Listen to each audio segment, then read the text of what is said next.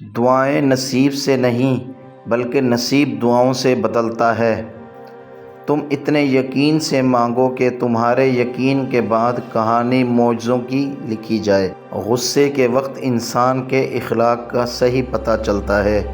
حضرت عمر فاروق رضی اللہ تعالیٰ عنہ۔ حضرت علی نے فرمایا، سب سے بڑا جاہل وہ ہے جو ایک پتھر سے 2 دفعہ ٹھوکر کھائے۔ جب دل اداس ہو اور وجہ بھی سمجھ نہ آ رہی ہو تو سورۃ رحمان پڑھ لیا کرو، دل کو سکون آ جائے گا۔ مجھے مانگنا نہیں آتا لیکن تجھے دینا تو آتا ہے نا، مولا میرے دل کی فریاد سن لے۔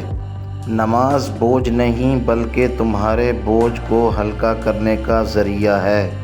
قرآن کہتا ہے جو عورت تمہیں پسند ہو اس سے فوری نکاح کر لو۔ ایمان اور عشق کا ایک ہی کلمہ ہے، وحدہ لا شریک لہ، شرک دونوں میں ہی حرام ہے۔ زندگی صبر ہے، صبر مسلسل نہیں۔ آپ کا حسن ہے مگر یہ حسن مسلسل نہیں۔ زندگی آسان ہے تو آسان بھی مسلسل نہیں۔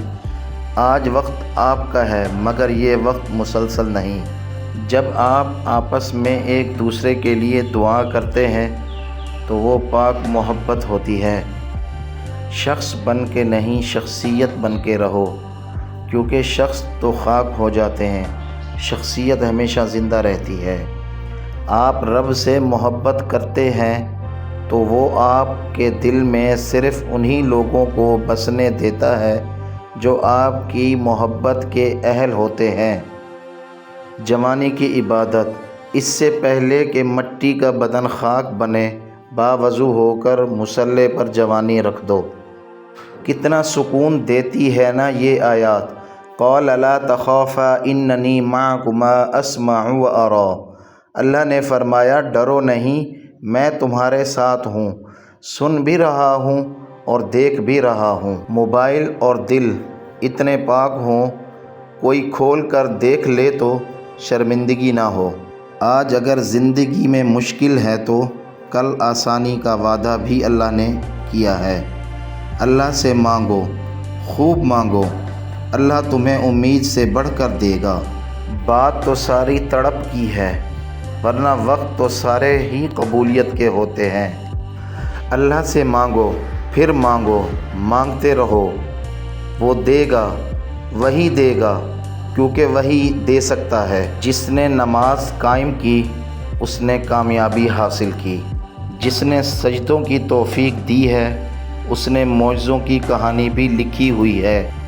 رسول اللہ صلی اللہ علیہ وسلم نے ارشاد فرمایا، بیوی کی خاطرداری اور خدمت کرنا صدقہ ہے، اور پھر میں نے لوگوں سے زیادہ اپنے اللہ کو راضی کرنا مناسب سمجھا۔ درد کتنا بھی ہو اللہ کے آگے رونے سے سکون میں بدل جاتا ہے۔ دنیا کی سب سے بہترین شخصیت حضرت محمد مصطفیٰ صلی اللہ علیہ وسلم ہیں۔ ماں سے بڑھ کر کوئی نام کیا ہوگا، اس نام کا ہم سے احترام کیا ہوگا۔ جس کے پیروں کے نیچے جنت ہے اس کے سر کا مقام کیا ہوگا۔ کبھی کبھی تکلیف ایسی ہوتی ہے کہ اللہ کے علاوہ کسی سے بات کرنے کا دل نہیں کرتا۔ اذا مرضت فہو یشفی، اور جب میں بیمار ہوتا ہوں تو وہی مجھے شفا دیتا ہے۔ پریشان نہ ہوا کرو، اللہ ہے نا۔ لا تقنطوا من رحمت اللہ، اللہ کی رحمت سے مایوس نہ ہو۔ میں نے یقین کے ہر درجے پر اپنے اللہ کو پایا ہے، الحمدللہ۔